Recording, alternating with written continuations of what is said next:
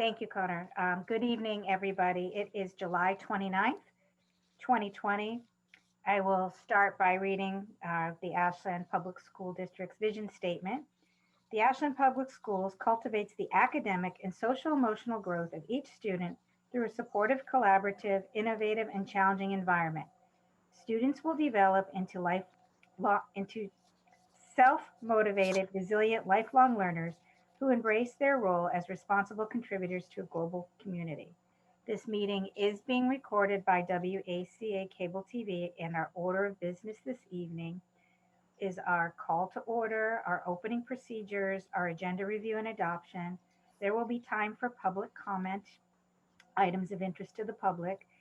Our administrative items include a COVID update, including data from the parent-teacher surveys and further discussion on our reopening plans, and the 2020-2021 calendar adjustments, and then we will adjourn. So first I'll take a roll call with committee members, and then you can also say whether or not you are okay with the order of business this evening. So Mr. Kendall? Here, and I'm good. Yeah. Kathy Bates? Here, and yes, I'm good with the agenda. Mark Terry? Yes, to both as well. And Erin Williams, I see her tuning in. I'll give her a second. Hey, Erin. Hi. I don't know if you heard the order of business, but I was just taking roll call and you're here. And are you okay with the order of business this evening? Yep.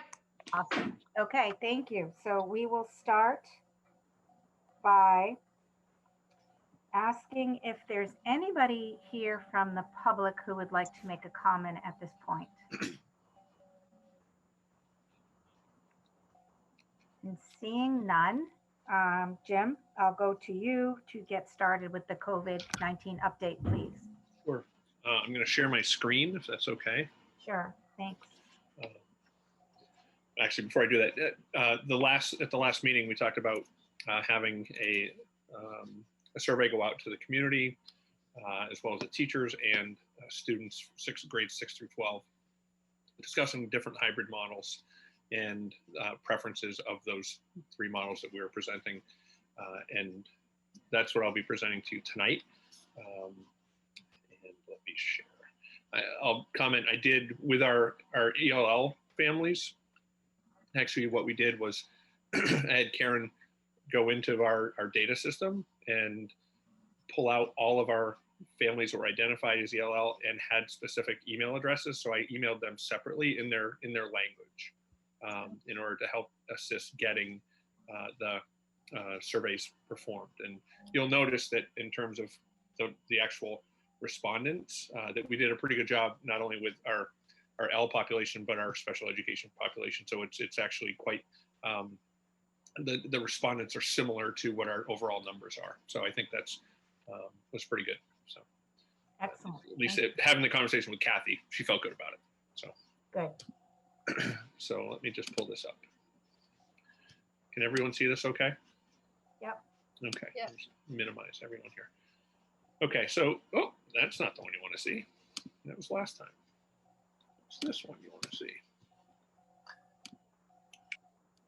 July 29th.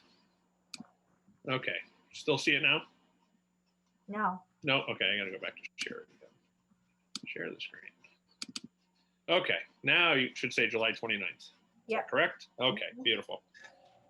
So I want to start by looking at the fall reopening parent survey of the three hybrid models that were presented. And Hey, Jim, just before you go, is there a way you can do it page by page? Because when you're sharing it, you have to scroll back and forth, and people can't see the whole page typically. Full screen view or page view you can do. Can you do it? I convert it to a PDF. Can I do a view, full screen view, enter full screen? Yeah, is that better, Paul? Yeah, I think that works a lot better. Okay. Yeah, no worries. So this is the fall reopening parent survey, and we looked at the three models of, actually it ended up being four, right? Because we had an option about remote learning. 2 days in, 3 days out. So that's what I affectionately call the 2-1-2. So it's 2 days for the first group, 1 day in between for cleaning, professional development, planning, potential remote learning, and then another group coming in Thursday and Friday.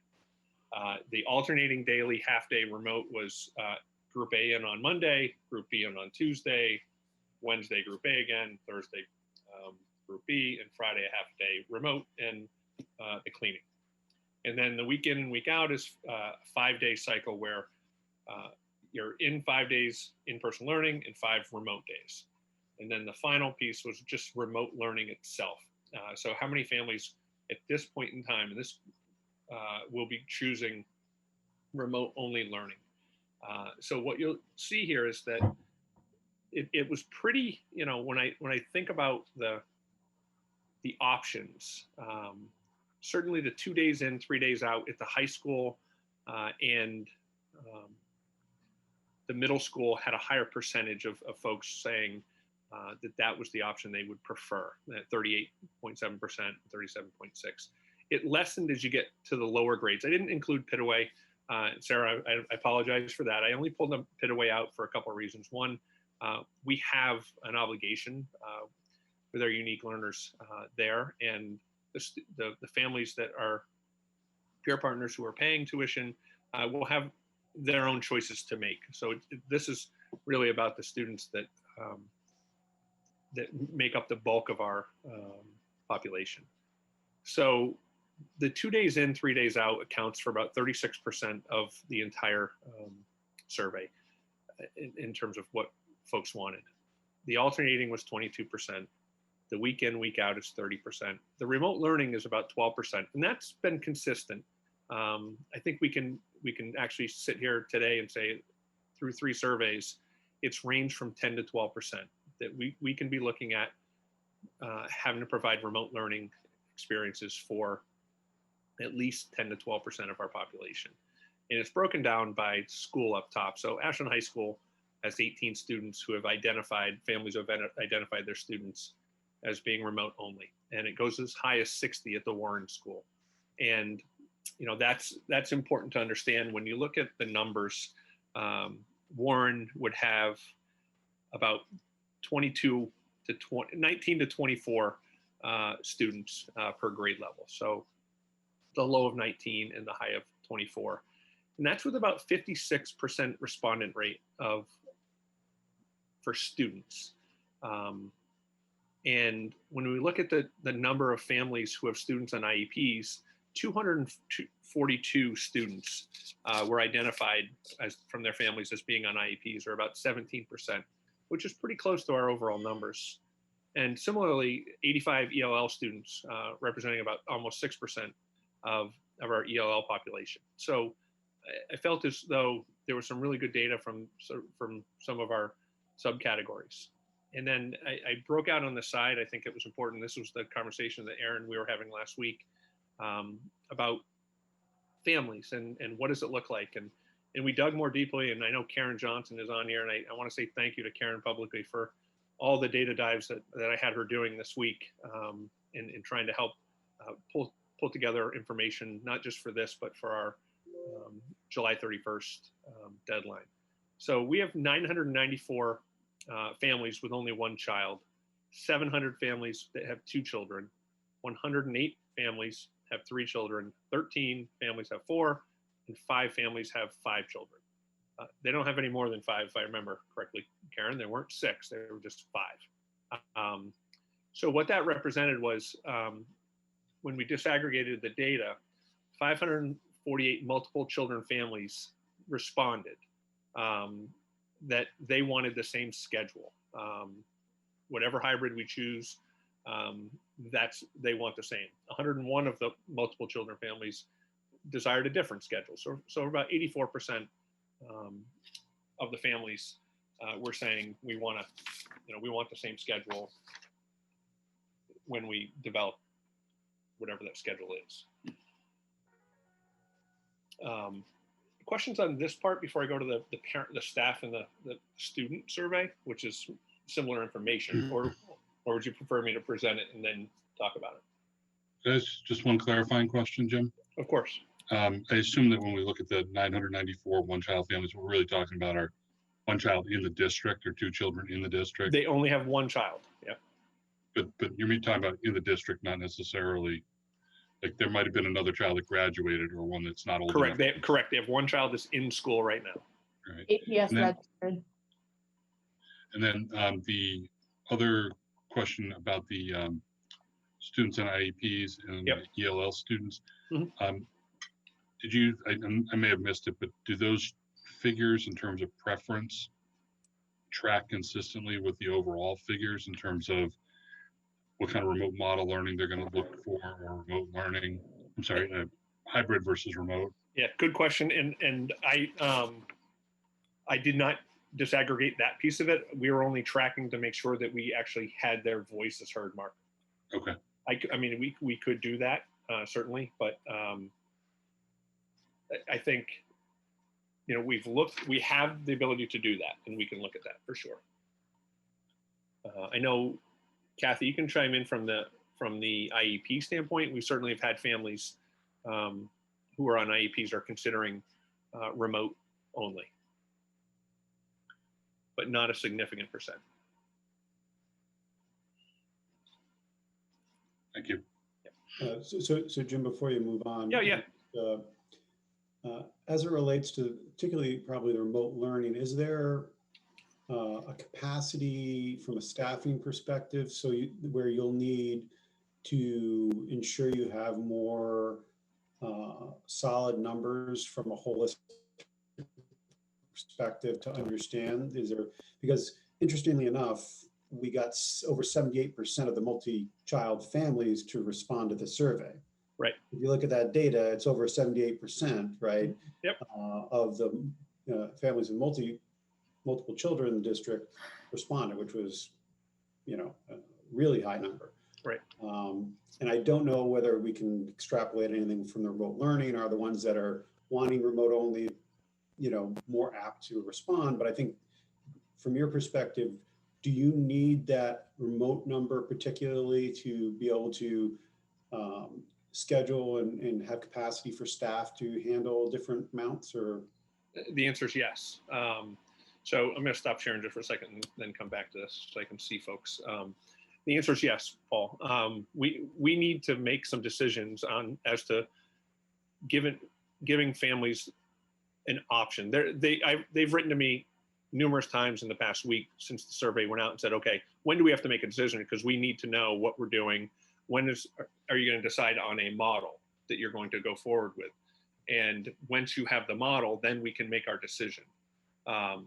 So I think that it's a very valid question. And in order to have a model chosen, a specific hybrid model, we can then publicize that this is what we're doing.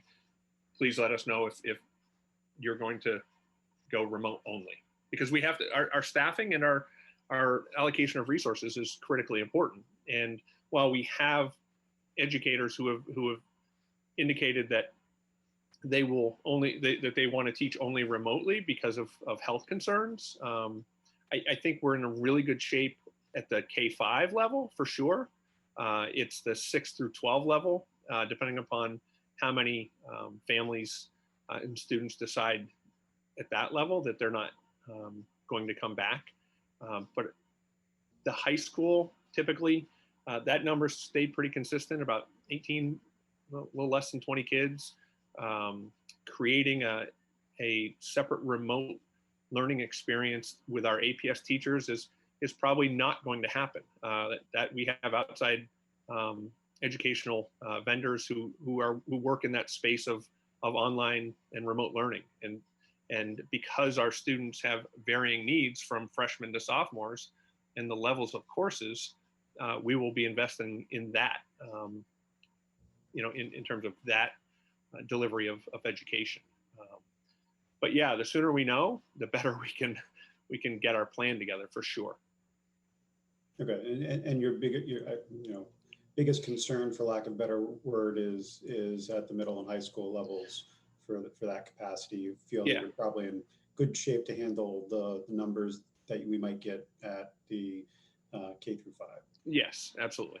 Yeah, but I do think we need to make a decision on, okay, the hybrid model we're going to go with, because I think it's important. There are a lot of reasons, but two of them come to mind. I mean, we've got to have conversations with the AEA with regard to what that looks like. And we've got to have conversations with our building principals to actually make sure we have fully developed schedules that we can then start pushing out to families. They need to know. They need to know what's happening. And a schedule needs to be determined before, or a model needs to be determined before we can do that. Right. Okay. Go back to the screen share here. I'll probably have to do do I have to go back? Is it okay again? Nope. It's probably okay once you switch to the next screen. It's a little garbled right now, but I think when you switch to the next screen, it'll be all right. Yeah, perfect. It's not perfect. I can't see it.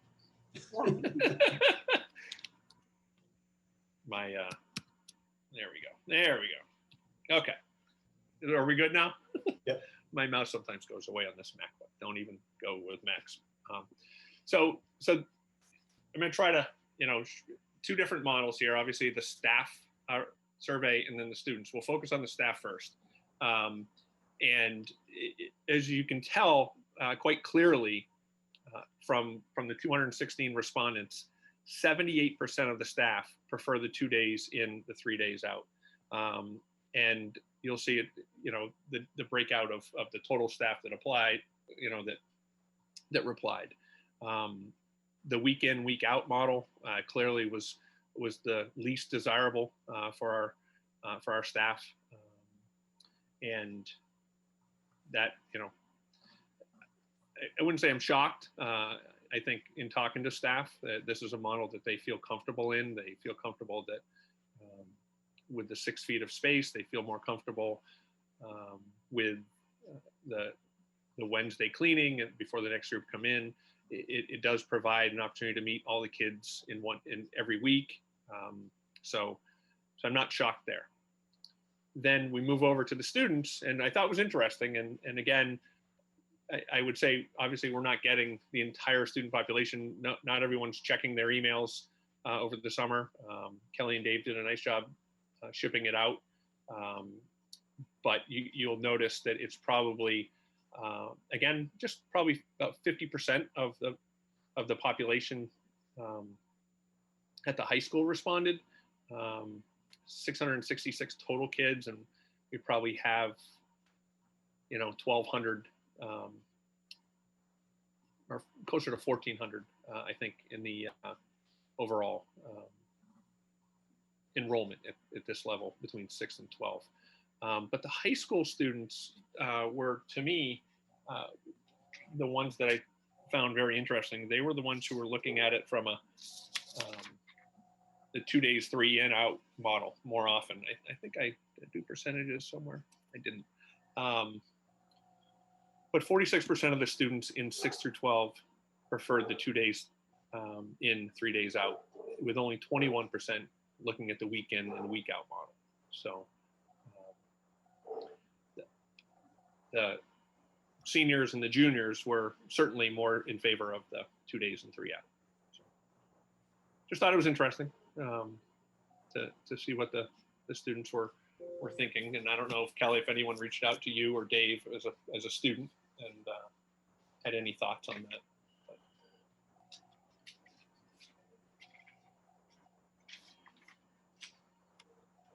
No, but we talked about it a lot in the reopening task force. Okay, with students who are With present. the students that are on the committee now. Yeah, right. So, questions on this piece of the data? Jim, just if you can give some anecdotals as far as the rationale for teachers on the 2 and 3 out. I know you said you weren't surprised, and I guess I am, but it's probably because you're more in touch with the population and what they're looking for. So can you just sort of deep dive that a little bit? Sure. I think when speaking to teachers, that the opportunity on every couple days to see kids, right? So I know it's 5. I mean, it's a 5-day lapse from Tuesday to Monday. I understand that, but in talking to educators and even talking to my wife, who really likes this model, and even though they're not using it in her district, she really likes the model. She talks a lot about how for a week she gets to see every kid. In the 5 in, 5 out, she's not seeing every kid every week. She's only seeing half the kids every week. While there's more in-person learning time, percentage-wise, about 20% more in the 5 in versus the 2-3 model. I think it's more manageable in their minds.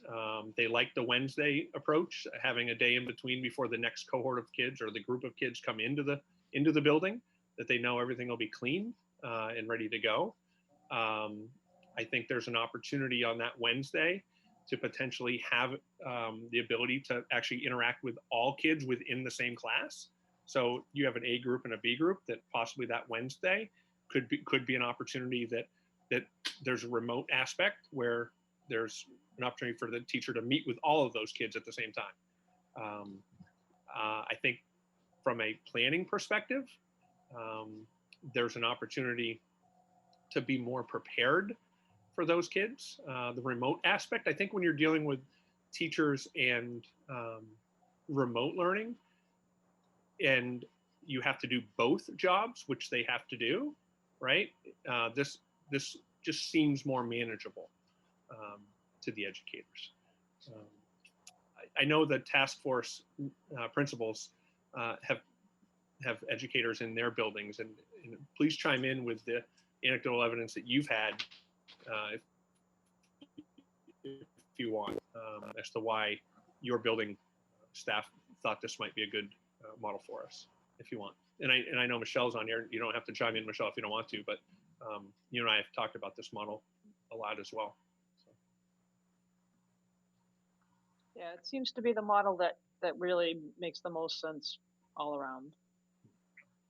Yeah, and I think, and honestly, when I think about the potential of having to move into a remote from a hybrid, I like this model better. I think we can move directly into a remote experience with keeping the same schedule for the most part, and keeping kids on target from a curriculum standpoint.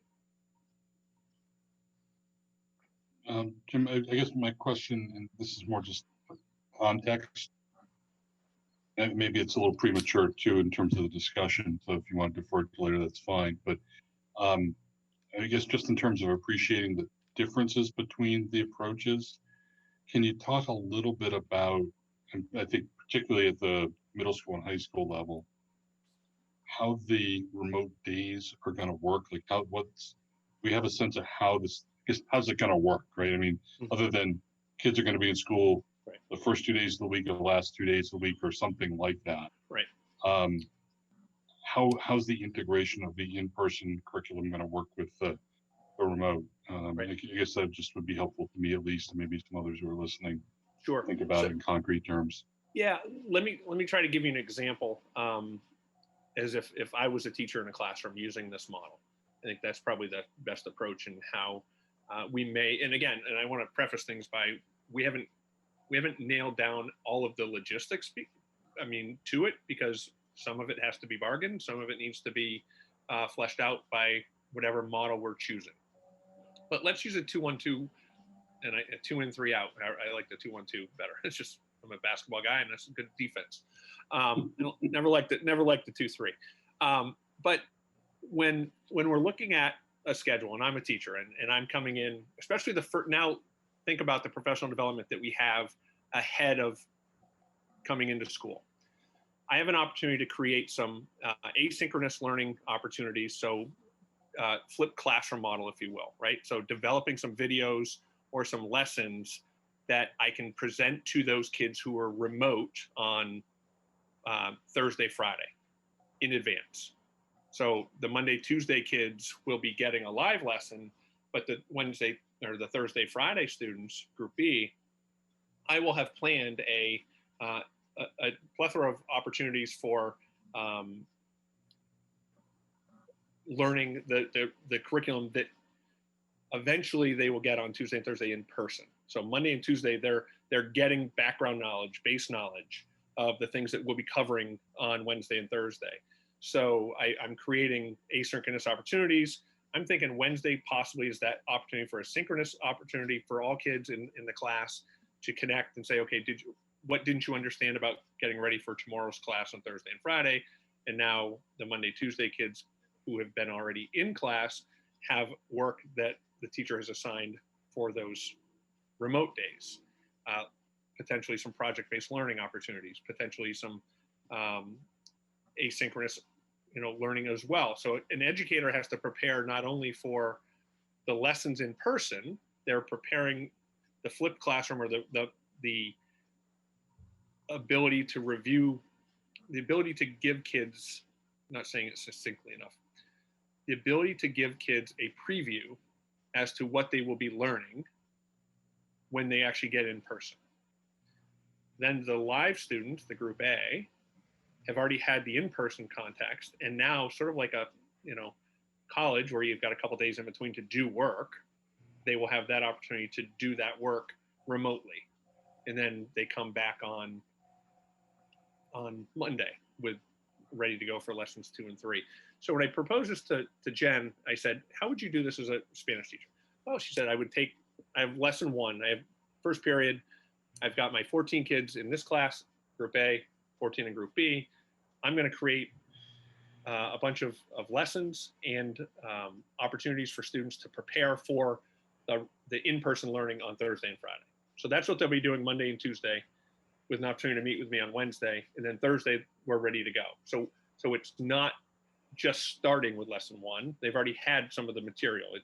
It's become embedded in what they're doing. And similarly, the group A, Monday and Tuesday, she will have had in class, and now she can assign them work. She's been able to assess them and say, okay, these are the areas that we need to spend a little more time on when you're not with me. And then also have an opportunity to push that. You may not get through 3 lessons in a week. You might get through 2.5 in preparing for the Monday. We anticipate the classes to be longer than they are currently in some of the buildings, just the way the model works.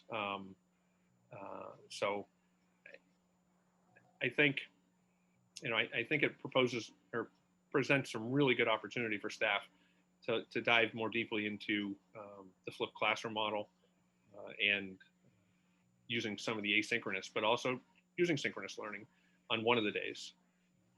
And I guess the only other question I have at this point, and again, I realize I may be going further than we're ready to go at this point, but are we sort of committing to a pathway for a period of time? Are you thinking that to the extent we start talking about asking parents to make decisions, are you thinking about this as at least until November 1st, December 1st, the first semester of the year? Are you feeling like you're going to have to ask for that kind of commitment? And if so, sort of how is that cycle with the educational model? Yeah. So I think how we are looking at the hybrid is breaking it up into 4 quarters. Every 9 or 10 weeks. I mean, probably 9 weeks. Kelly and I sat and looked at the calendar the other day, and they tend to fall in pretty good spots if you go 9 weeks out of instruction. And then again, what I want to caution folks on is the data and the science with regard to COVID will determine a lot of what we're doing, right? I mean, if there's a spike in cases, we have to be prepared to move directly into a remote learning environment. I think that the 2 in, 3 out really helps us do that. I think it dips the toe for teachers to do both in-person and remote at the same time. And the 9-week segments are important. I don't think we can have families just come in and after a week say, okay, we want to come back. Well, I get there's the ability to do that legally, but my concern is now how does it throw off the balance of the classes? So I wrote, and I even wrote this into the survey, is the expectation would be at least through the first half of the year. And then we evaluate the data outside of, as it relates to COVID. But, if we come back, and we have to go remote, then that's depending upon the governor saying, you know, I mean, it would seem there's so that- many things out of our hands, Yeah, to be honest, and Mark. I understand that, and I think we all understand it's I'll tell work you in the progress, yeah. right? I'll tell you the families that have responded to me about remote have been pretty adamant that they're probably not coming back. Okay. Yeah, I mean, it's the families are pretty have been pretty consistent with that message. So, What I was mostly concerned about, I think, in that vein is if families start with them, you know, adamant they're not coming back, and we build a model on that. I mean, that might allow for kids to be in school more frequently. I mean, it might allow, given the numbers at the elementary level, right, it might allow that everybody who wants to be in could be in 4 days a week, because the class sizes match. If that were the case, that's all well and good, and maybe that's something you do, maybe it isn't. But if people start to say after a few weeks, now I want to come back, you get to a point above capacity, which would almost force you to shift, either into a full remote or into a hybrid where you're not starting there. And right. So I guess I want to make sure we're clear about how that would shake out. So I think that's incumbent upon us, and it was brought to my attention yesterday. It's incumbent upon us to, when we develop the hybrid model, to allow for that flexibility of those families coming back, right? I mean, we already have to develop a flexible plan as it relates to our L students as well as our unique learners who are going to be in for 4 days, right? I mean, we're required to have those spots open to them. So we are already creating a flexible environment. I think the initial thought was how we were going to do E5 remote. We have to pivot a little bit in what our initial thinking was to ensure we have that flexibility. Jim, I think an important distinction is, I think what Mark's throwing in the mix is if we tried to get more kids in more frequently, but it's important to also note that the hybrid models we're talking about implementing initially can support 100% of the students in that model. Yep. Right. So I want to make sure that's so fair enough. Yeah, good point. But my concern, and sorry to jump in, Mark, with families trying to change their mind from all remote in, isn't necessarily in the K-5 area, but it's in the areas where you're talking about using vendors and what that transition's like. It's like switching to different schools, what they're teaching at what particular point in time. I mean, you got to think there's going to be some gaps because we're not going to, I don't, maybe I'm kind of speaking ignorantly here. I don't know that we can say you're teaching this at this particular point in time to align with something that might be going on in school. Maybe we have that flexibility, but I guess that's where I would be concerned is where we're utilizing vendors and someone changing their mind and how that integrates. So that's why I've been pretty clear up front about the prospect of vendors and outside non-APS educators providing the educational component for remote learning. We just can't, we do not have the staffing or the resources to create a 6 through 12 model of remote learning only for these kids and these families. Just by the nature of having disciplines, right? History, math and English, and you would need a teacher each one of those grade levels to commit to only remote learning. So that's a challenge. It's much easier to K-5 where you're certified through all those grade levels. But your point's well taken. I think Kelly would tell you when we use Virtual High School or Edgenuity or other platforms, outside platforms, they're teaching the curricula as designed for AP, but the experience isn't the same. I think families who are choosing remote only will be, and some of them are craving more synchronous opportunities from an online experience, will be sorely disappointed. Not all of them provide that synchronous learning for remote. You know, that's, and I think that's probably why you see a very few high school students. And Jim, do you think that is going to increase now because these vendors are going to have to be getting more and more overloaded nationally, right? Because this is not unique to us obviously, and I'm assuming lots of schools are considering this, and a lot of parents are probably switching to homeschooling and utilizing online vendors, and Right. so even ones that did provide more synchronous, I'm assuming they don't have the capacity to continue to provide synchronous the way they used to. Yeah, so we will know more. I think the commissioner said in the next 2 days, the state will be entering into an agreement with a educational platform vendor where all districts could utilize that. It's more than likely one of the ones we've been mentioning. So, but actually, if we wait a little bit longer, the cost actually goes down through the Department of Ed. So, but that's what they're vetting, Paul, to ensure that the curriculum and the frameworks and standards are being adhered to in that online platform.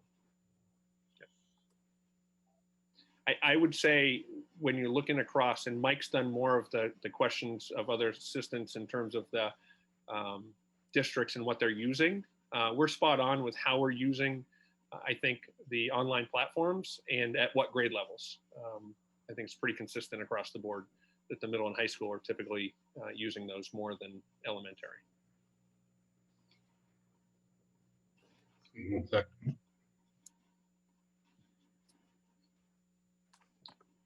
So Jim, we've talked about how the surveys, are just one part of the big picture.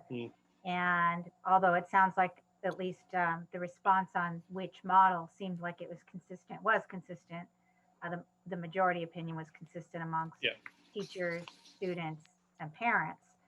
But how does that fit into other things that you need to consider? So you've got that piece now. And that's pretty clear, but does that work with the other considerations? So it does, I think, and again, in order for us to finalize plans to get you a plan to approve and submit to the commissioner on Friday, the 3 plans, in-person learning, a hybrid model, and a remote model, we just have to submit a plan. It's not what you've approved, nor is it what is that it has to be. It's that we've investigated it. But in order to finalize, we need to determine, and that's why the survey was important, that this model, the two in, 3 out model, was the one that has been identified the most as being the one for the community. Again, I made this comment to someone today. Again, we're making the best, worst option, right? Decision. That's what we're doing. I mean, no one wants to be in a hybrid or a remote. We all want to be in person. And no matter what model we choose, there's a percentage that are not going to agree with it. And but I feel comfortable if I've got 73% of my staff saying, hey, this is the model we think we can really be effective in and do a really good job. And we understand that the remote component has to be more rigorous than it was in the spring. Then I trust the fact that our educators are going to do it as such. So what's the next step on this?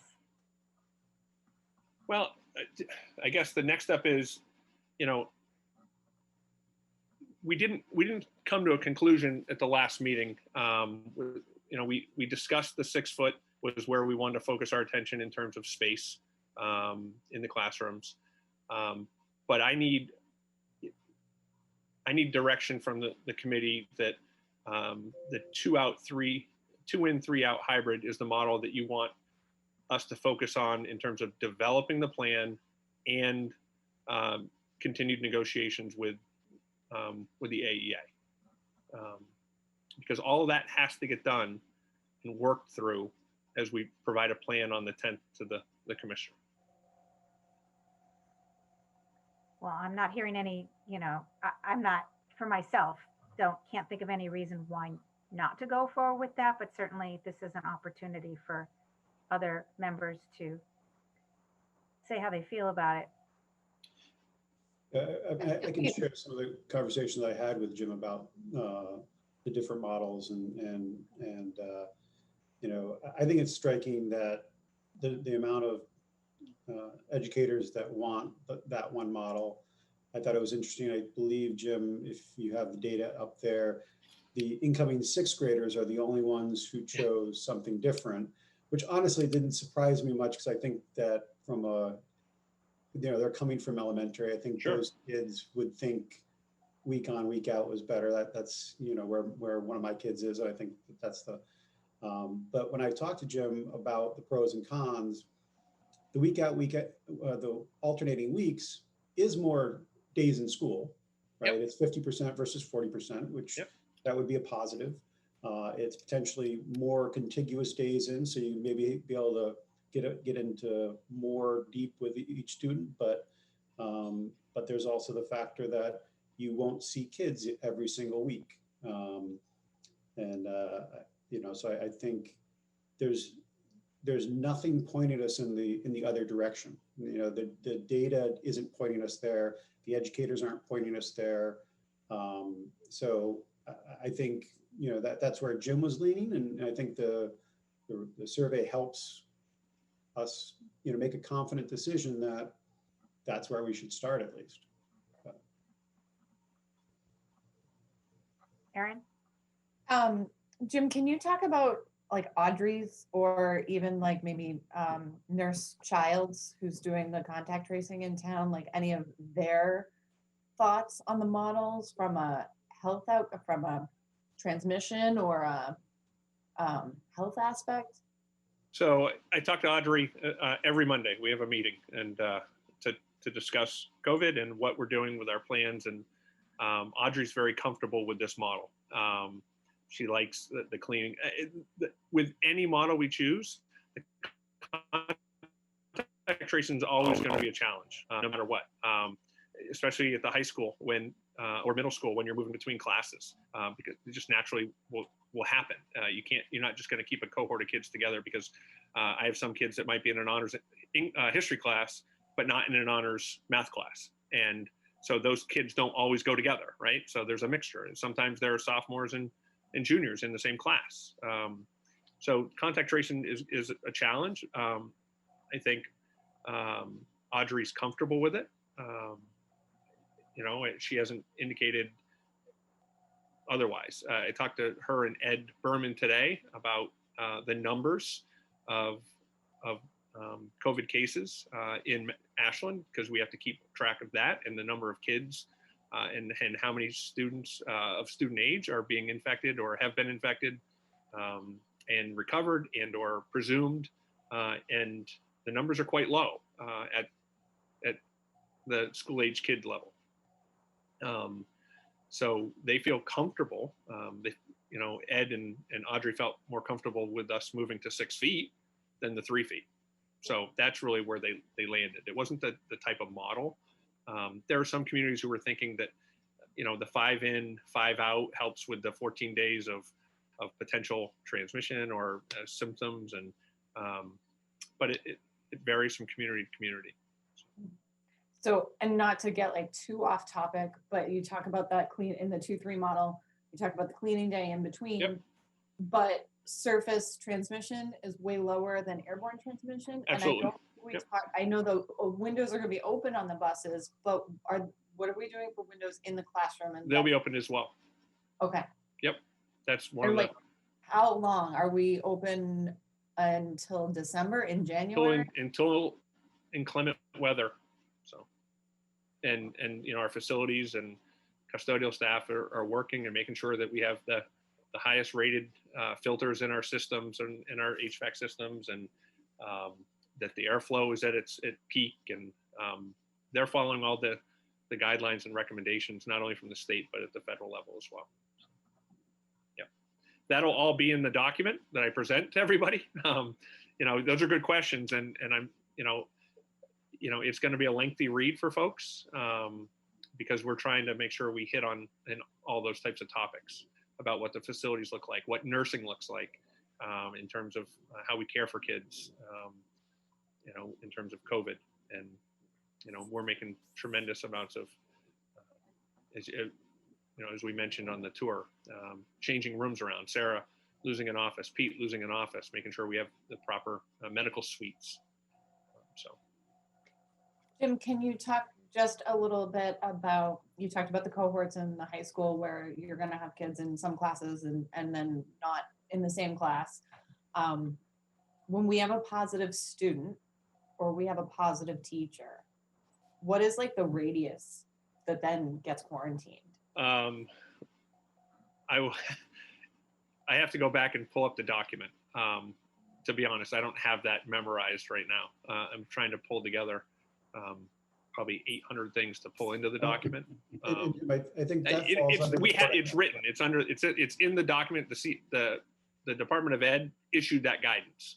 I would just have to pull it up, Aaron. Those would be questions that we ask, and I'll say, okay, well, let me go to the document and let me go to the flow chart, and then I can tell you, and then let me call the Board of Health. So, Okay. Yeah. But there is very specific. It's posted on the department website, and I did share it with everyone. It's there.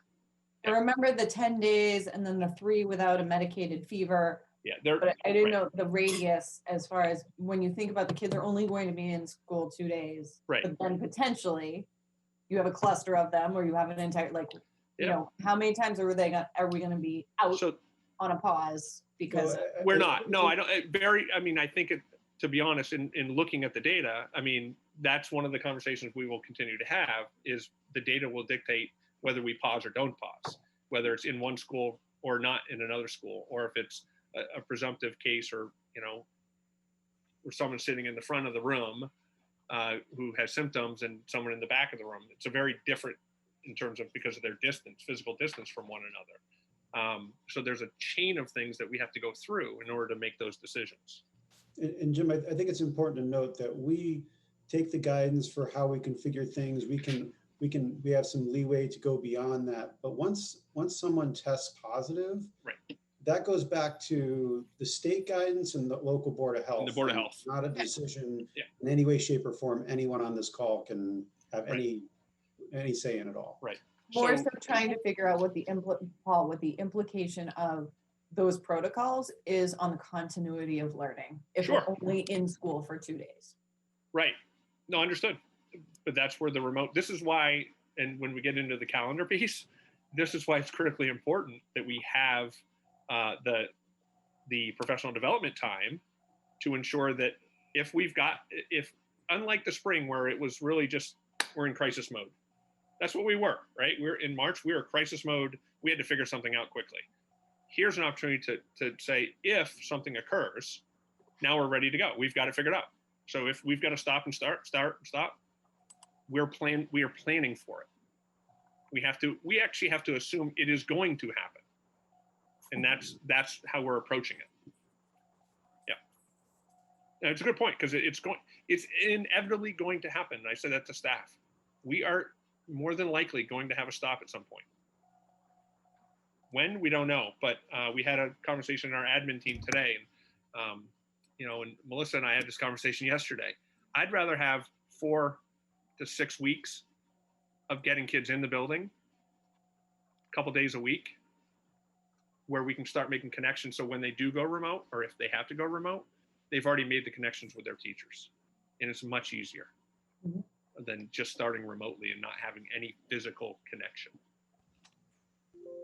The only concern, and I think if we're going to go remote, then it really won't, I think, impact, like if we're kind of talking about that inevitability, Jim, of going remote eventually when there's another spike. But the fact that we have a lot of Monday holidays, so that would affect that Monday, Tuesday cohort.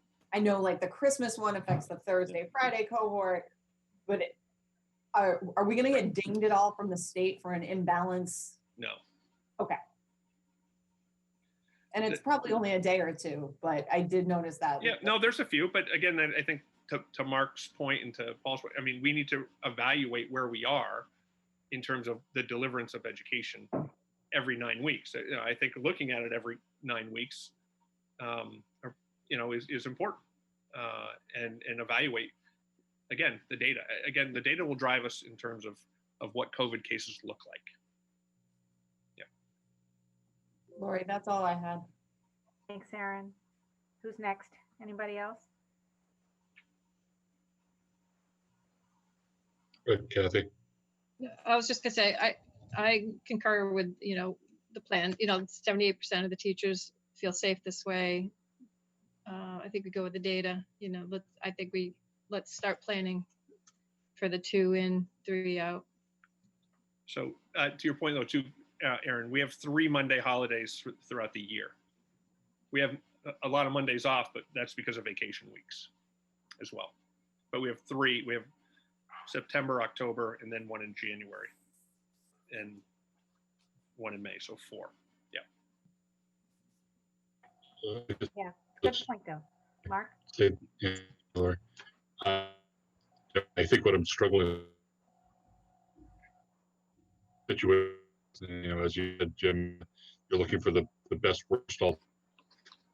It's kind of hard to be put in for all of us where Is anyone else having a hard time? Mark, you're breaking up for us. I thought it was me because I've been having trouble here, Nope, Mark, nope. but we No, can't. really Mark's hear you. struggling with the internet. Yeah. And Megan. So why don't somebody else go and I'll see if I can fix No, it's mine. better. Oh, it's better now? Yeah. It's better now. Yeah. Okay. I think you have to start over though, Mark. All right, I'll try it again. So what I was really saying is that the thing I'm struggling with more than anything else is that we are in this mindset of picking the best worst alternative, or the least worst alternative, or however you want to say it. And so I'm struggling with the idea that is 2-3 really the best thing we can do, or 2-1-2, or whatever you want to call it. But I think hearing the opinions, I guess I'm particularly persuaded by the educators who are educating our kids and leading that process. And if they're feeling that the way they can best do that is the 2-1-2, that's significant to me. And I think that's the 2-1-2 as opposed to a week on, week off really allows for You're out again. some degree will be stronger, right? Yep. And so that's, I guess we probably all can admit that we weren't happy with how, not that that's really anybody's fault. It was a switch on the fly, but I think You're going in and out again. Yeah, Mark. we're having trouble hearing you again, Okay. Mark. But I think I got the gist of what you're saying, that it's none of it's ideal, but you're persuaded by the fact that the teaching staff prefers this, and there's a reason for that. That's the best way that they can deliver the education and also feel safe while doing it, which is important. So is that the gist of? Yeah, I think you got it, Lori. I'm trying to switch networks here and see if it gets any better. But Sorry about I'll leave it there. I'll leave it there. I'll just add for myself, and those are the things that are really important to me too. I think we have to give a lot of weight to anybody who's gonna have to show up and either do this or sit there and learn for this. And I think that information is guiding us. When I first looked at all the models, and again, deferring to my colleagues who have kids who have to go back to school. I mean, I have kids who are having other issues related to COVID, but and one of them's going back as a teacher in another district. So there's that. But having none going back into Ashland schools, it's hard for me to say what I would want or what I would do. But the one thing that did sort of stand out to me when I was presented with the different models is that I do believe that my kids and even myself would have had a difficult time with the transitions. If we were in school for 5 days and sort of settled into that pattern by the end of the week, and then out for a week, and then it always takes us anyway. I'll put myself in that category. It takes me a few days to adjust to my new scenario versus if things were moving a little bit more quickly, and I would be concerned maybe about losing. Am I also? Oh, that's your dog. So that was kind of the other thing when I looked at that. I was like, oh, that would be a little tricky for us when there's another option that doesn't have us, in for so long and then out for so long, and then having to readjust back and forth, as opposed to, having it be a little bit more dynamic. So that was my thought process in what I might do if I were in that situation, but I'm not. So I certainly am listening very carefully to what all of you have to say about your working conditions and about where you want to send your kids and why and how. So that's all I can add right now. Certainly sounds like that's the direction that we're headed, and I support it. So Jim, you just need a consensus from us. I'm assuming we don't need to.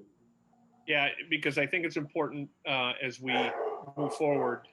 I'll even comment tonight, the MASS Association sent an email out tonight saying, listen, I know lots of families are going, or lots of school committees and superintendents are deliberating on hybrid or not. And we do value and believe it's important that you send out communications to your communities to let them know how challenging it is just to even schedule and develop hybrid models. And, you know, again, their recommendation is make sure we do it sooner rather than later, with August 10th coming up. So. Well, I think it's important to give you the guidance for all Can I the ask things just one more question? It sounds like we're wrapping up. Sure, Mark. Okay, I'll try again. And Paul suggests I shut my video off while I ask, so don't think I'm being rude. I'm just going to try some different technology-wise. My question, if you can hear me, is, you know, Jim, what do you, when you're talking with superintendents and other districts, and is there something, a model that people seem to be coalescing around more frequently? The answer is no. Okay. Yeah, it's people are trying to find models that work for their community. You know, I talked to the principals. You know, Kelly, chime in. Your principal group of, you know, 30 principals they're all over the map with models. So.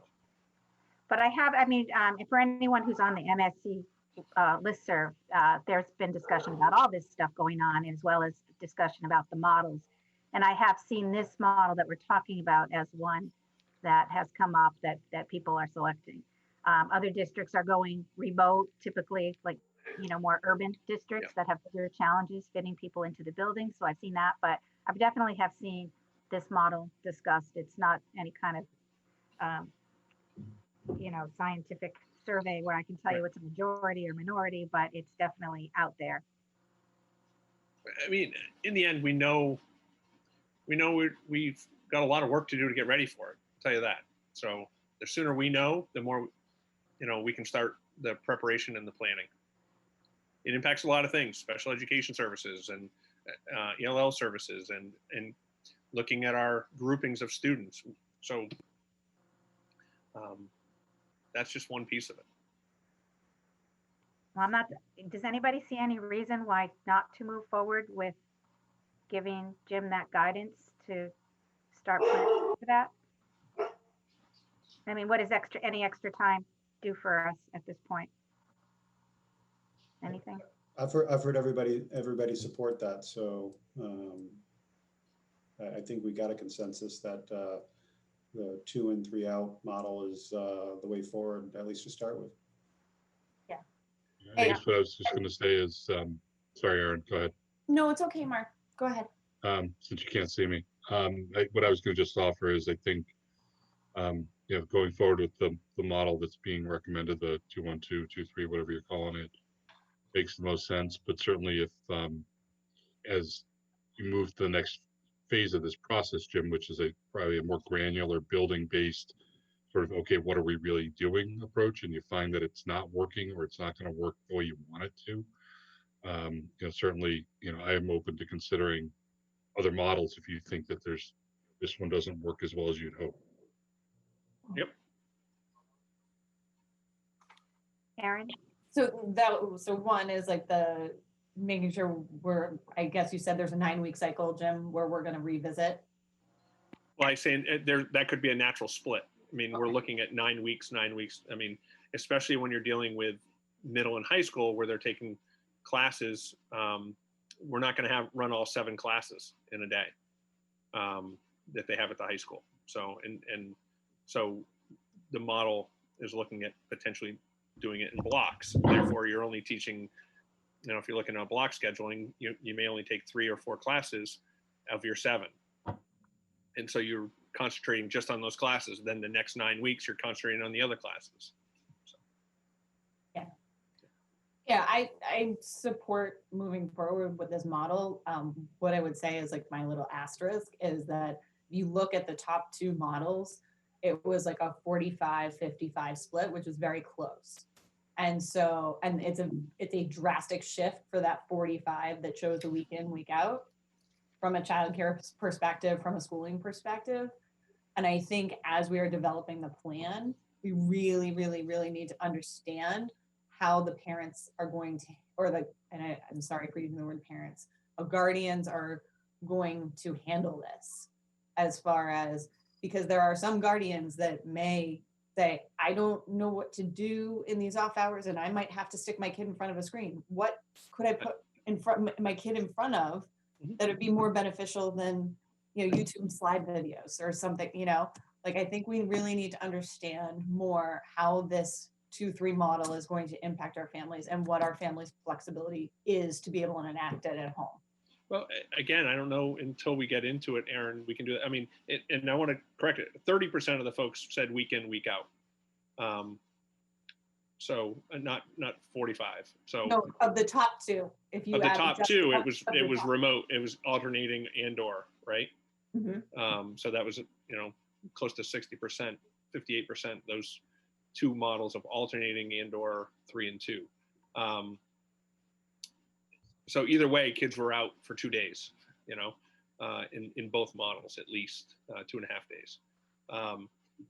So yeah, it's a struggle. I mean, there's no clear answer, right? I mean, if the childcare issue is a concern, I've had this conversation with families. I get it. No matter what model we choose, the childcare is going to be an issue. You know, but again, I think the majority of folks, you know, have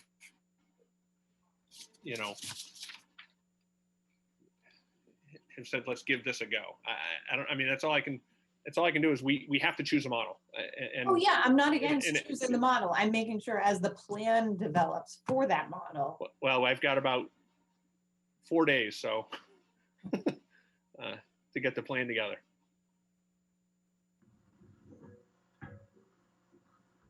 So we've been investigating it. So, I mean, I would tell you right now, the administrators, and they know they can chime in, I think we feel comfortable developing a really solid plan with the 2 in, 3 out. I mean, we've been working at that diligently.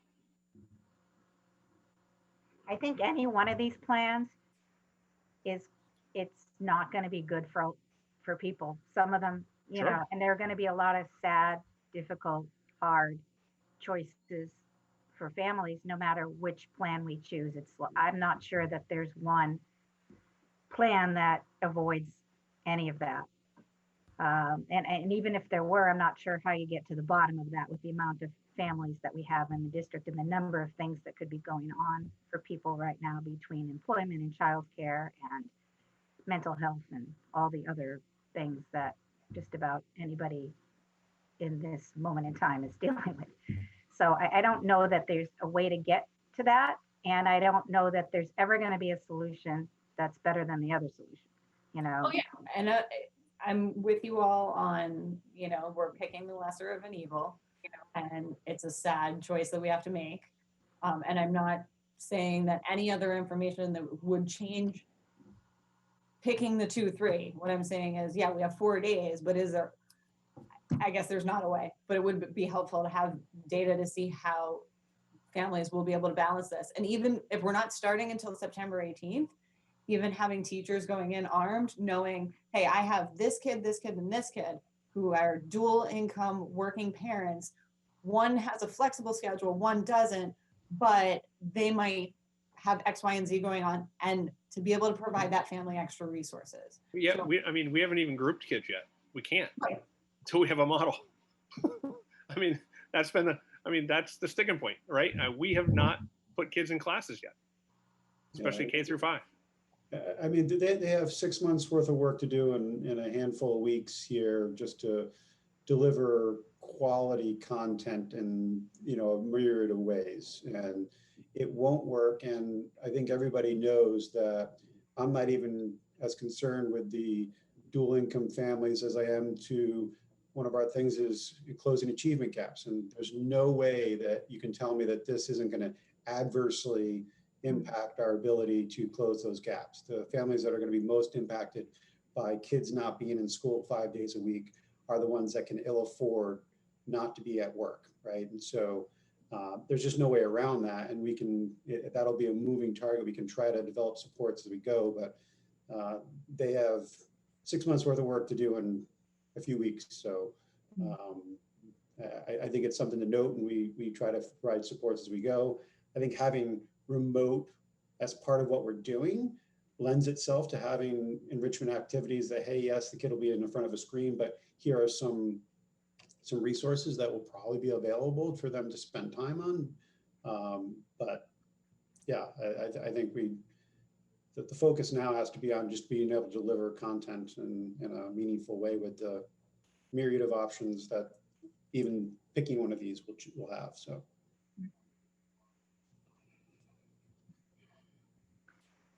All right, it sounds like you have consensus, Jim. Okay. And so, So I want to be clear and clarify that it's okay if I communicate that this is the model that we have chosen, and that as we move forward, we need to know who will be looking at remote, because we know the model now. I think it's important. Now I have to get that data to help. absolutely. The school committee and the administration have decided that we are going forward with this hybrid model, and all the plans that we make from this point on until something changes from the state, or unless we get information that tells us otherwise, that this is the plan. And I'll clarify too. I mean, we need this to get the plan fully written. You don't have to, if we come back and you look at it and say, well, this is a huge gap for us, we're not going to approve that plan, then we've got to go back to the drawing board. But at least we have our marching orders, and we're able to communicate that. Yeah, Jim, can I, because obviously this is something you and I talked about a week or so ago, or some number of days ago. And so just my way of thinking about this, and this is partially from my understanding of where we are as well, is by Friday of this week, in 2 days, you need to submit something to the state that says we have 3 options: in person, which is not really an option, a hybrid model, and you're going to express sort of what the model is, being this 2-1-2, and what would we do for remote, or how would we handle that? Correct. If we end up in a remote model. And then after that, there's going to be a far more comprehensive plan that we're going to have to vote on down the road. So if I'm understanding all that right, what we're really saying is the hybrid model that we are going to propose, assuming that we ultimately implement a hybrid model at some point, which probably is where we're starting, is a model built on a 2-3 or 2-1-2 schedule. Correct. Okay, right. So I mean, I think that's perfectly appropriate. And I think it's just, I personally don't have any reason to suggest that we communicate anything to the public now, other than this is the way we're starting the school year, because we know we're not going back in person. Right. And unless something changes from a public health standpoint, we're not going back remote. Right? If something came down from the state that said you're going remote, or we had a huge spike, we'd have to look at that. Yep. But really, that's what we're saying to people about it. And then I assume that you will be between now and August 10th, whenever we have to make our final vote, you're now going to be putting a lot of meat on those bones, so that people will know exactly what it is that they're getting when they're going through a 2-3 model. That is correct. Anybody have any other questions or concerns? Like, now's the time, because a lot of work is going to go into putting this plan together. And so we want to avoid any confusion later saying, oh, that's not what I understood, or this is your chance. Nope, go forth and plan. Mhm. Yep. So the Jim, my next- only, I just have a question. When you do capture who those of the population that might convert to remote based on this, are you also going to look and try to capture those that are going to convert to maybe like true homeschool and not just they have always have the option. right, to but homeschool. as a data point, so we know the student population that we're working with. Yeah, I've asked every single time that if they're going to homeschool to let us know. We've had 2 families who have indicated that that's what they're doing. But yeah, that'll be one of the questions. It's, Okay. you know, we're doing hybrid. Are you, Yep. you know, are you In in, or out, or are you planning on homeschooling? If you're homeschooling, you got to fill out the paperwork and talk to Dr. Kyra. I mean, and that's, you know, that's what has been happening. So I think folks are fully understanding that the in-person, everyone back in school, transporting, getting them there is not feasible. So I believe people are prepared for a hybrid start. It's just what that hybrid start looks like is what we need to do. So let me, I will go into, this was to Mark's next.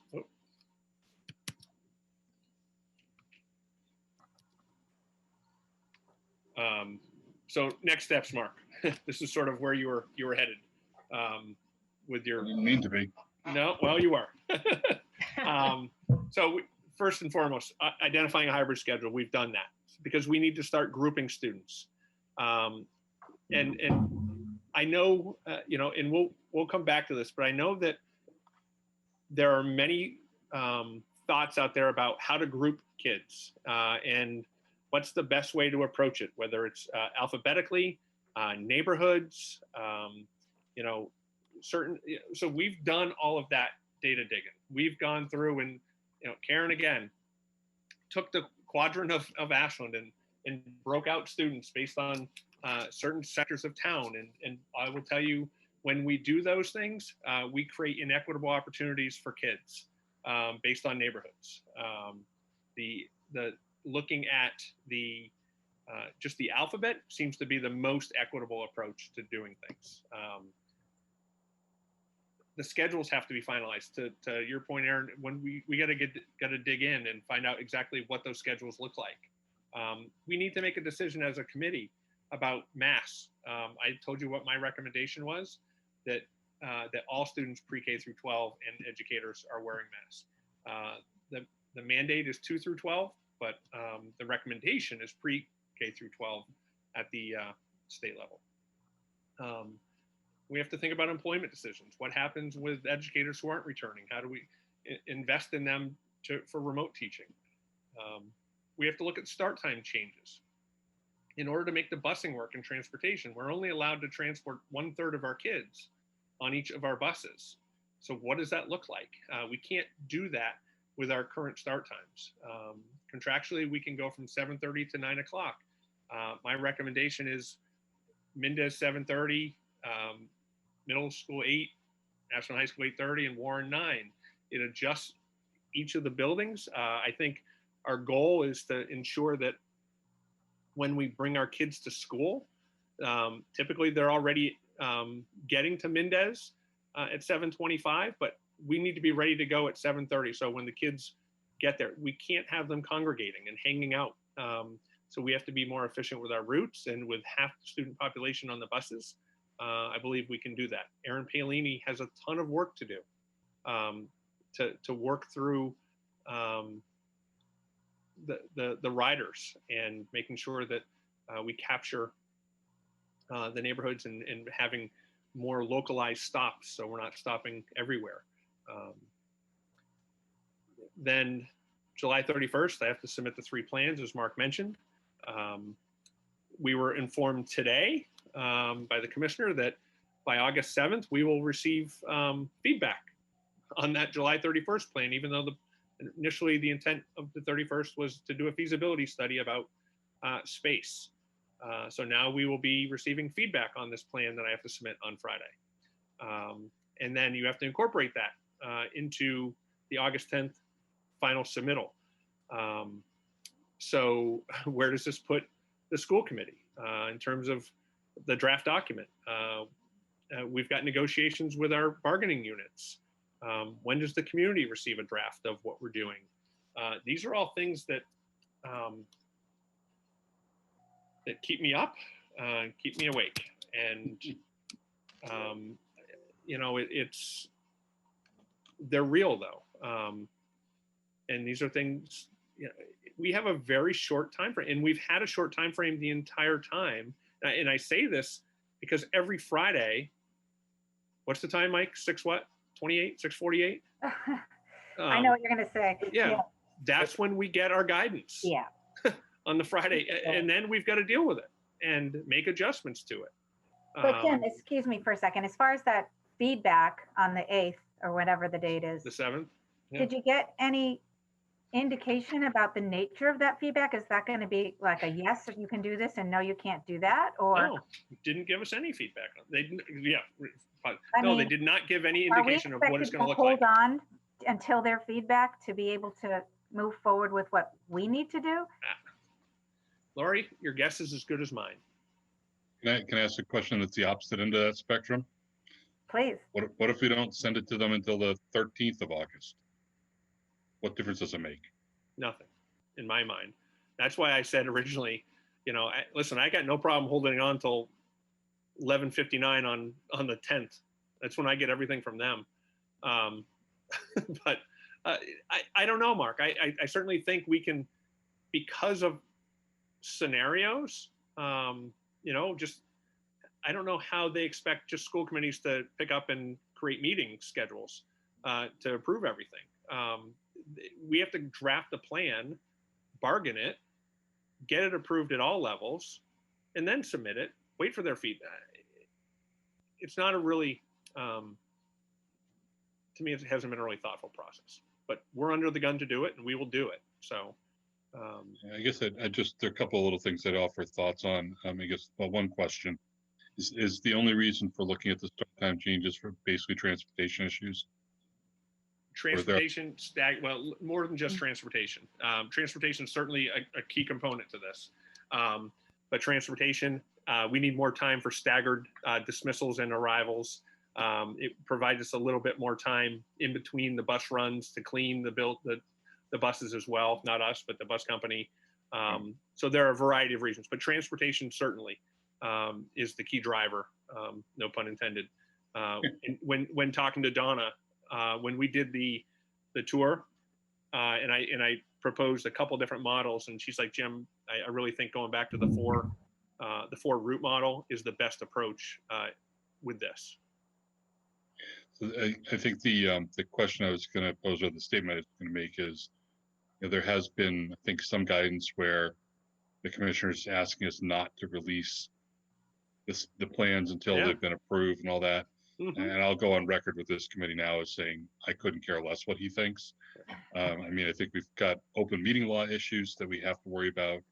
How we get to a decision in a way that isn't public is ridiculous. And to think that we're going to sort of worry about his backside or what he wants over what our community needs. I like Jeff when he came to visit, and I know he's not in control maybe of as much as he'd like to be, but on this particular point, I have no desire to maintain a plan in secrecy from our community. I don't think it's, you know, it's probably not legal to do that anyway if somebody asked for it, but our duty is to our community. And so I think after you give us a draft of that to review, as far as I'm concerned, you know, it's at least by the time we talk about it as a committee and make a decision, it ought to be communicated to our community, even if that's on, you know, August 6th, and we haven't heard the blessing from the DESE about it. That's just my opinion. Have the full plan. Yeah, that's my opinion, sharing with my colleagues who've got to, I guess, at some point decide on what we want to do with it. But that's one that has really stuck in my craw since I first saw him write that, because I just thought it was so inappropriate, quite frankly. I'll get Yeah, off my Mark, soapbox. I mean, I've been following some of the discussion on that in particular. And first of all, the language that he used was that like he would prefer that the plan not be shared, something like that. I forget if that's the word prefer, but it's a word that it's not an order, it's a request, number one. So I think we can still go ahead and do what's right for Ashland, even within the request. But in addition to that, there's been a lot of discussion about all the problems that it brings up. Like, you know, how's a school committee supposed to vote on a plan if our only process is public, but we're not supposed to bring this information public? And, you know, until we are voting on the final plan, there's no way to get there except for Right. keep doing what we're doing. So I guess really, hopefully everybody's on board with that, but I think it's just more of a message to you, Jim, that I think that we need to every day just continue to do what we think is going to be in Ashland's best interest. And if that's in line with where we're supposed to talk about things and when, then that's great. But if it's not, I think that we can't put anything on the back burner just because of some vague instruction that nobody really understands or agrees with. Does that make sense to everybody else? Yes. Yeah, and just to add to that, I'm kind of, you know, agreeing with both of you and also saying that I don't think we publish a draft to the community before we vote on it. I mean, I agree. they'll let their heroes talk. I don't see there's any value in there. We're not going to be able to incorporate, we're barely going to have time to incorporate the feedback of the AEA and this committee, right? And this will continue to develop, I'm assuming. Whatever we do when we approve and goes to the state on the 10th, well, you know, we implement, even before we start school, if the process by which you continue to develop it and plan with the teachers and different things says, okay, we should modify this little piece, well, then we'll do that. And so, so I don't care what anybody says about whether things should be not shared or not. We're going to do what we're going to do because we have to do it in this time frame. But I don't think we publish a draft that, you know, we don't need to hide it. If somebody wants to see it, as soon as it's part of this meeting, it's a public document. But, you know, to share something that's changed, you know, while it's changing, that's, you know, I think it's going to cause more confusion if there's a couple of residents who very much invested and can understand how that changes and want a copy after we talk about it.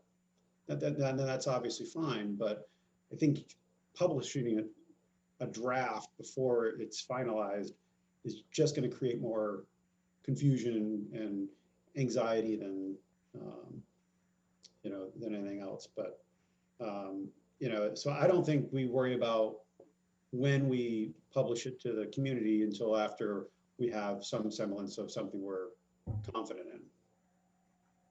I guess to that point, I agree with everything Paul just said. I guess my question to you, Jim, is when do you anticipate at this point having a draft to us for review?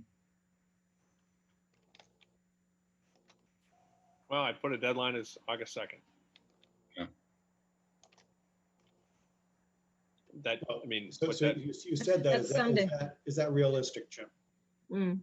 the only thing it won't include will be all of the conversations that I have to have with our bargaining units, which will occur next week, next Wednesday and Thursday. But that doesn't mean a draft can't be it. Say what, Aaron? Could that drastically change the plan, or do you think? Potentially, yeah. Okay. You never know. I mean, well, I Is mean, there no opportunity for those discussions to happen sooner than Wednesday and Thursday? the plan's not together. All right. So I think it's got to be written in order for people to digest it, to determine what is going to work or not work. Well, so Jim, my concern about that is whether it can be just shifted a day, because I think, you know, we have to, any changes that are made, we have to. I understand. We have to have feedback on, right, and be able to vote on. And so if the discussions with the AEA can happen on the 4th and 5th, that leaves us the 6th and the 7th to be able to do the same, right? And be able to, because this isn't, you know, I don't want anybody to think it is, and I don't think it should be a rubber stamp by us that says, hey, you know, Jim and admin said something, so therefore we're just going to rubber stamp it. You know, you always know that we don't operate that way, but I don't think, you know, so I would think getting that handled, you know, the 4th and the 5th gives us the 6th and the 7th. We can schedule the 2 meetings, and if we don't need the second meeting because everything is just as we expected it to be, and there hasn't been a lot of changes, then we're good. So can it be shifted just that one day to? I will have to connect with the AEA and their leadership. Well, I mean, Well, we can't can just jump prioritize right one in or and the other, right? Yeah, thank you, here's Michelle. 2 days and us Hi, Michelle. right? Right. Hi. I won't speak for them. That's all I'm saying. Yeah. Hi. Hello. So I would really prefer to have as many of our representatives present as possible, because I think their perspectives from all the different buildings and the different grade levels are really valuable. As it is, one of our reps can't be present, and if we moved it back a day, we'd be missing another rep because of he's going to be out of town. So we can certainly do our best to try to get it done in one day if we're super ultra efficient. The second day is kind of a backup. So, you know, I suppose if you were going to meet in the evening on Thursday, you know, I think we could definitely have it done on Wednesday and Thursday during the day, so that it would be ready for you by Thursday evening to review the wisdom of our ways.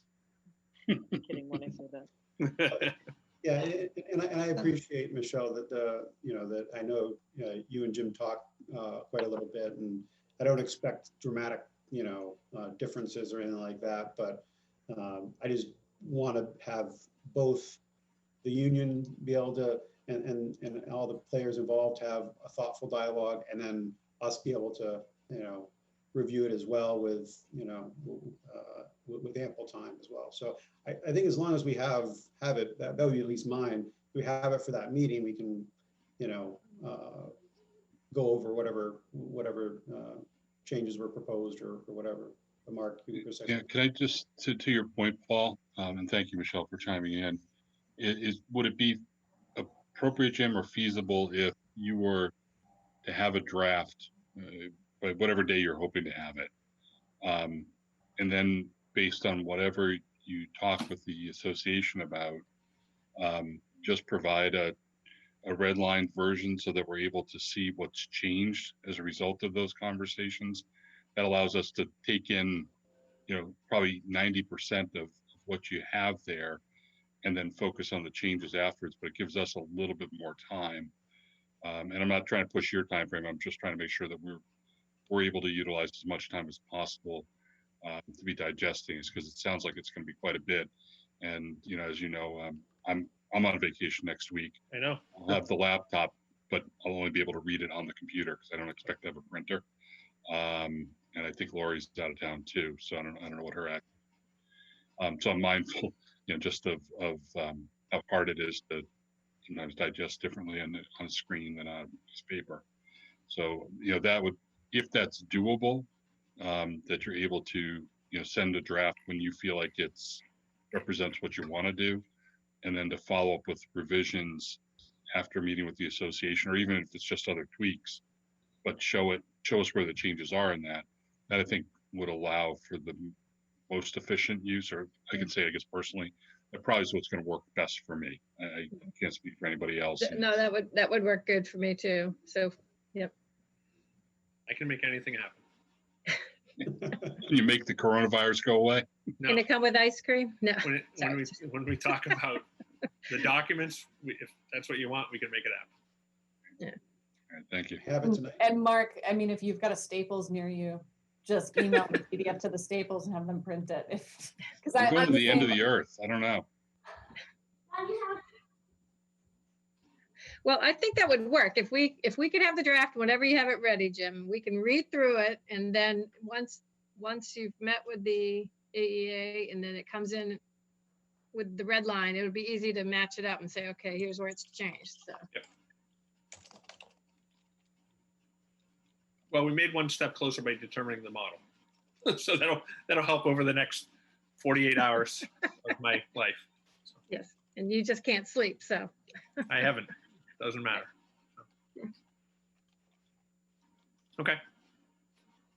So, I mean, so you'll all have to determine how we go about at the end setting meetings. So, but Well, we might have to just put some things on the calendar without what I being mean. 100% sure what you're going to have, because Right. you won't know that until you get there, and then it will be too late could be too late to have the meeting when we want to have it. So I would, I mean, I yeah. think we know the agenda item would be there, right? So we know what the agenda item, so we post a meeting for Thursday and Friday, meetings for both days with the agenda set for discussing, for reviewing and possibly voting on the plan. Yeah.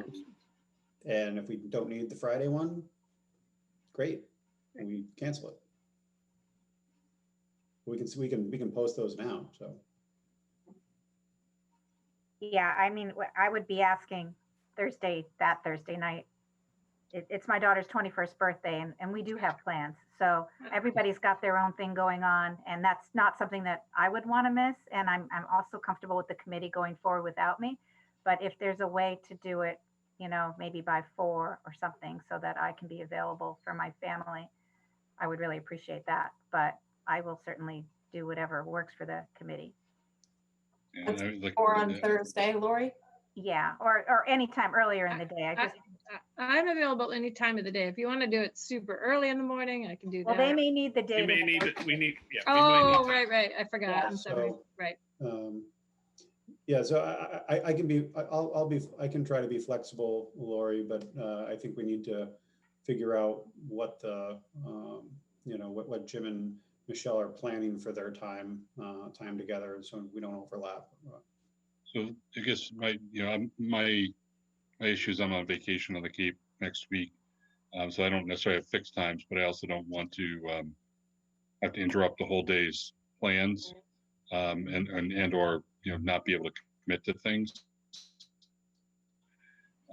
So hearing what your time conflict is, Lori, and understanding that Jim and the association may be meeting at length Thursday, is it possible to do something like Friday morning? Aaron, that probably is hardest on you, but would be, could we do a Friday morning at 8 o'clock kind of thing? Yeah, so actually for me, so we're talking Friday, August 7th, right? Right. Okay.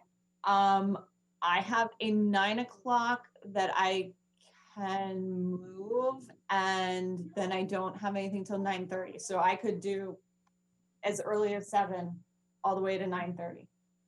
But it like you guys, it's best to block it now so I don't get it taken away. Yeah, I guess my challenge with that, Mark, is, that there might be, like, she has a meeting that kind of puts us up to a wall to have a discussion, right? Hold on one sec. Let me just see which one this is.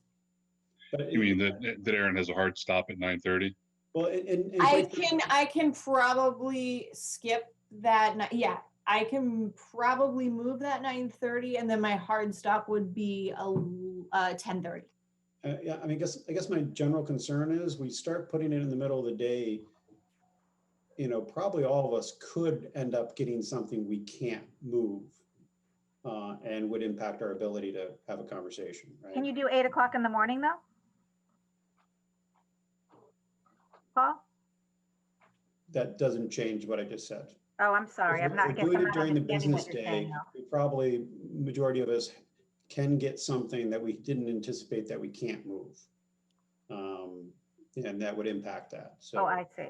Wow. If you block it now, that increase, like, and we're 8 days out, it increases the likelihood that, like, you can at least, if somebody looks at your calendar and they throw something on there, you can be like, hey, no, that's blocked. I think I don't know how everybody else's calendar works. Like I said, I'm on vacation. My kids will still be asleep. I can do 8 o'clock on Friday, and I can work around that if somebody else wants time from me. But I can't obviously speak to anybody else's workflow and how that works. So if you're concerned about that for you, Paul, in particular, then I think we have to work to accommodate you as well as everybody else. But I don't know. Is that what your concern is for your calendar, Paul?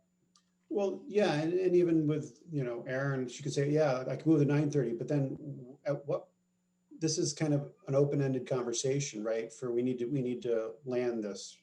So particularly if we shift it to Friday, right? We need to land it. And if that takes an hour, great. If that takes 3 hours, how much of our day do we have to block off, right?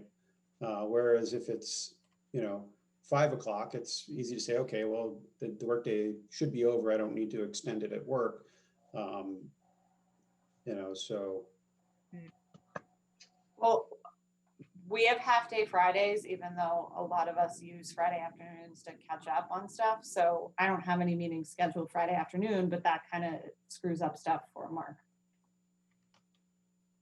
I don't think there's going to be a perfect solution that's going to work great for everyone, but I think we need to start somewhere.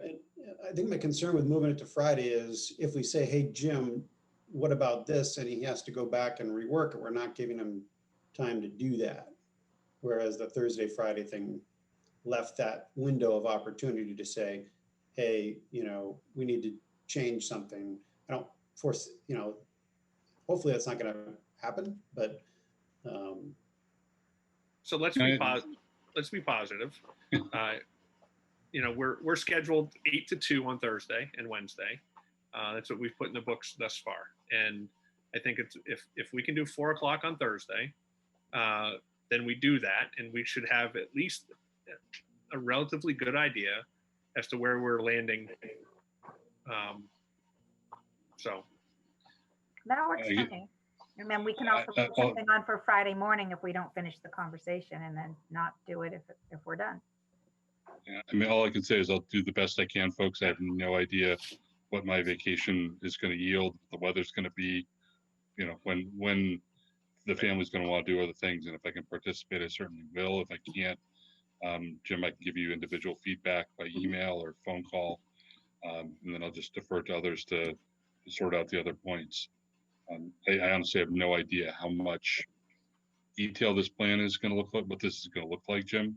Whether it's a 40-page document or a 12-page document or 3-page document.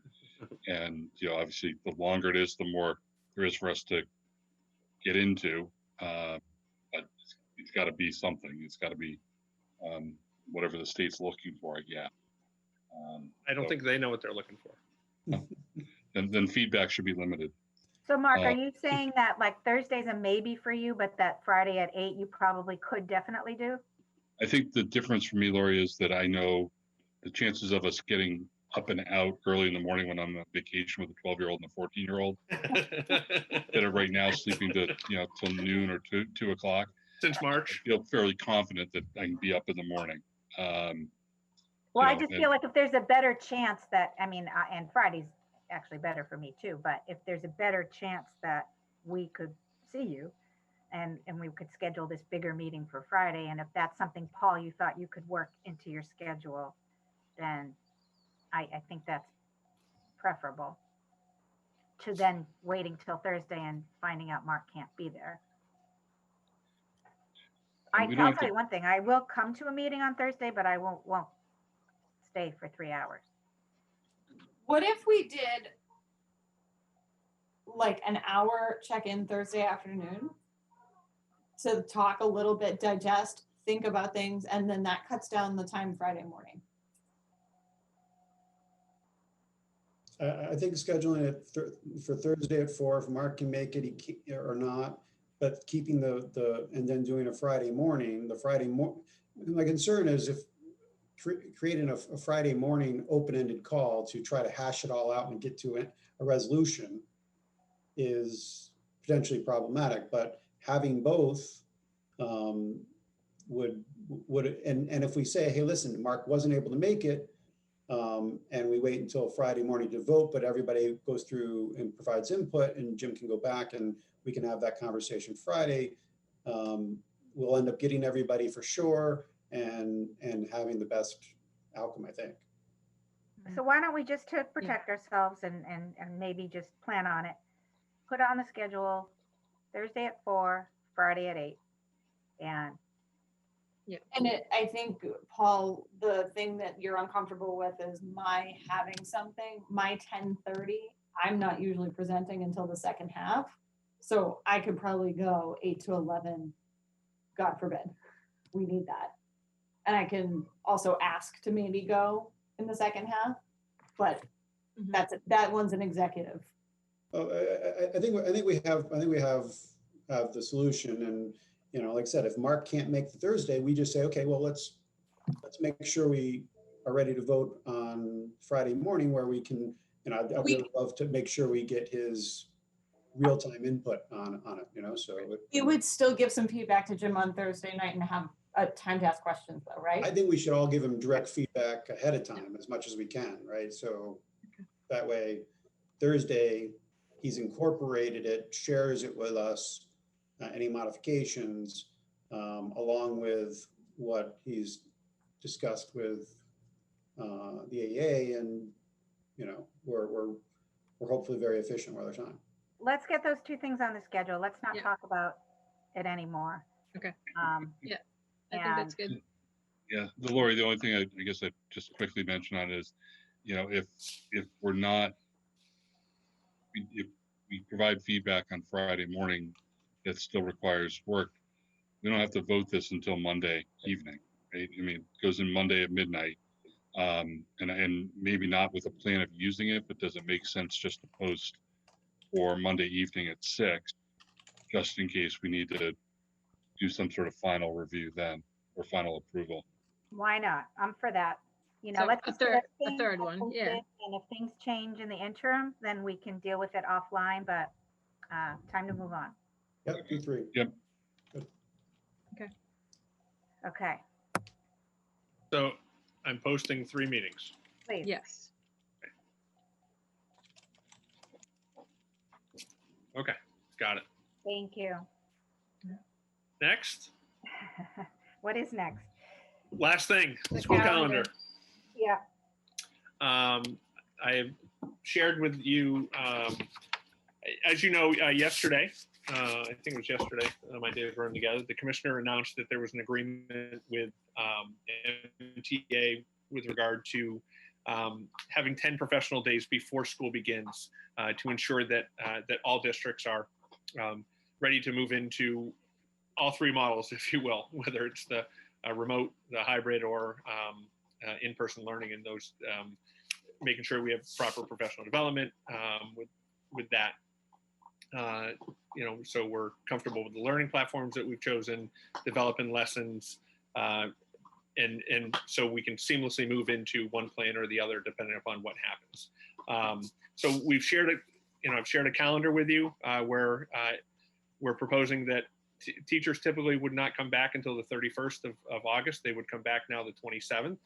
And then they would have 10 professional days leading up to the start of school, which would be on the 14th. And it works well with the hybrid, the 2-1-2 model, if you will, the 2-3, 14 and 15. They get the kids in for Group A. Another professional day on the 16th. Remember, the contract is 183 days for teachers. The commissioner moved it to 170 teaching days.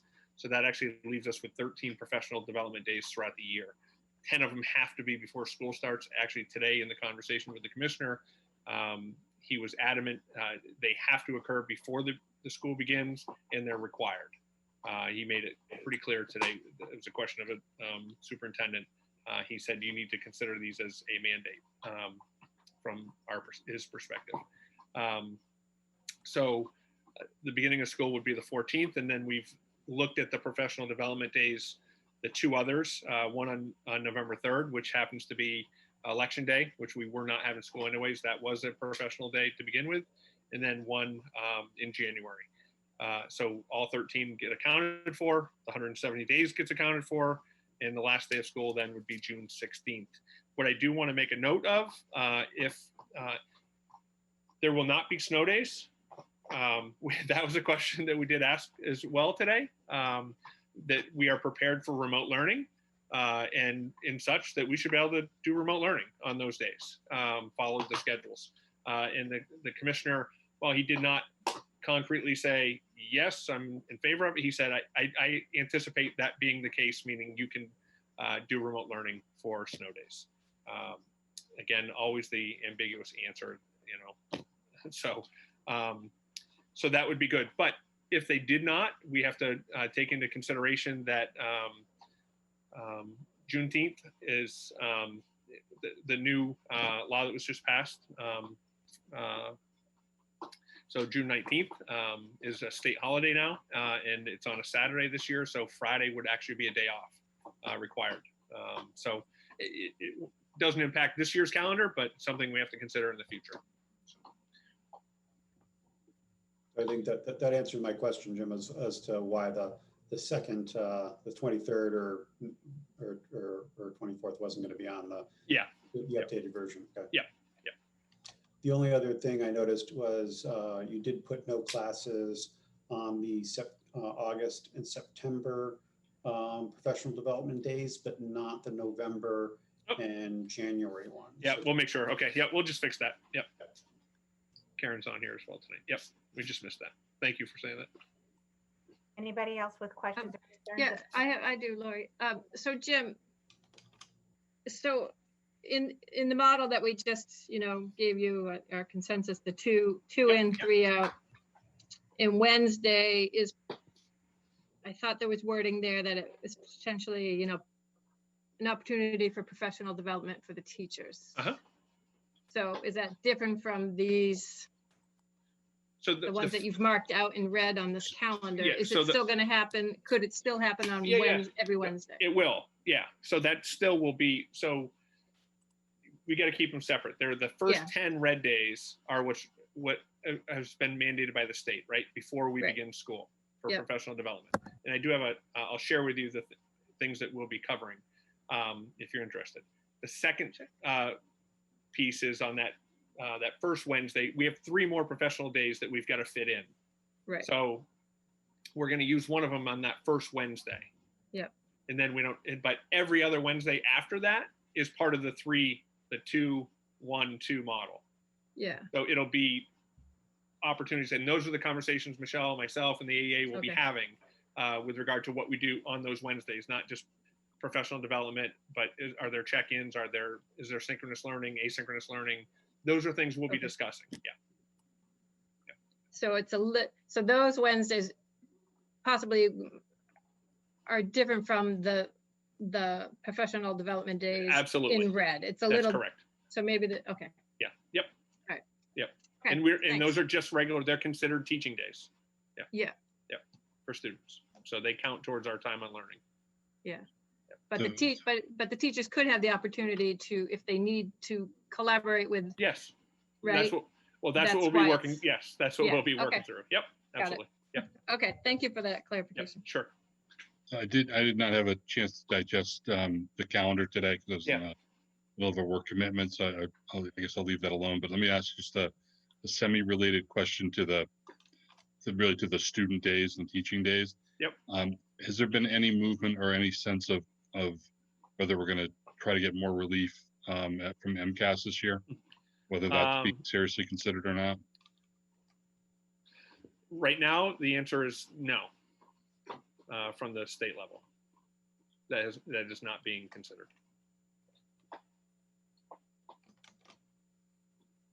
That's Mike. I don't know if you heard anything different than I heard from the commissioner, but that's exactly.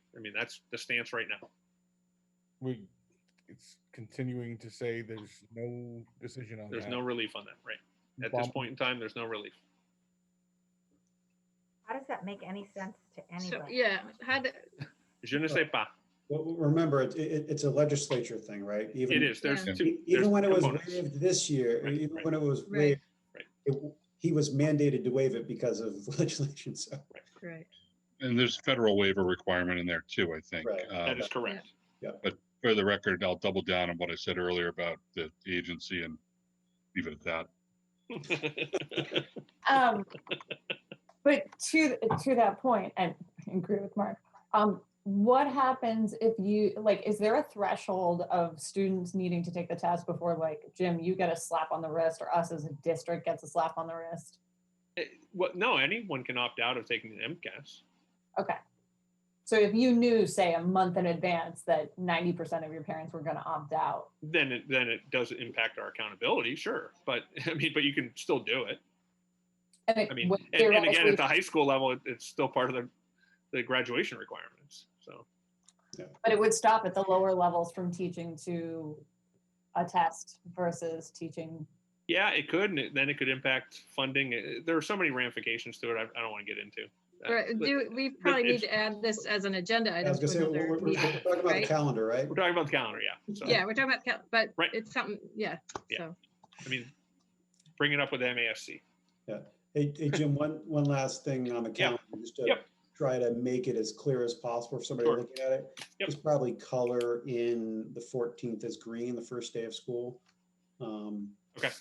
Highlight it the same as the last day of school, so people, Gotcha. so Yep. it's super clear. We Yeah, can that, always right, get that would be question. helpful. You got that, Mrs. Johnson? Questions, comments, any others? Um, 10 days. Yeah, no, We do need to vote the calendar, right? Jim? You do. Yes. oh, So if you don't have any other questions, I'll take a motion if folks are ready. I move to approve the calendar for the 2020-2021 school year as amended. Second. All in favor, Aaron, Aye. Paul, Aye. Mark? Aye. Kathy? aye. An aye for me. Okay, that's done. Jim, will this be posted tomorrow or?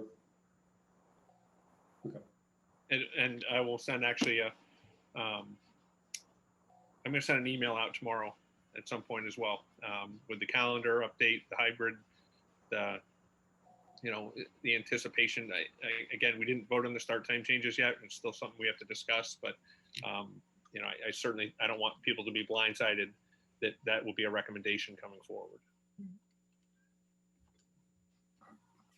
Okay, is there any other guidance that you need from us to do what you need to do over the next few days? No. Okay, just because we're at the end of our agenda, I want to make sure that while you have us as a group, if there's anything that you need. Nope. You just need to get out of his way so you can get back to work. Nothing you can provide. There's no vacation. Nothing you can provide. All right. I think that's it then. Okay. I'll take a motion to adjourn. So moved. Second. All in favor? Aye. Aaron, Mark? Aye. Paul? Aye. Thank Aye. you. Everybody. All right, thanks, Jim, thanks, everybody. You got Thanks it. for the input.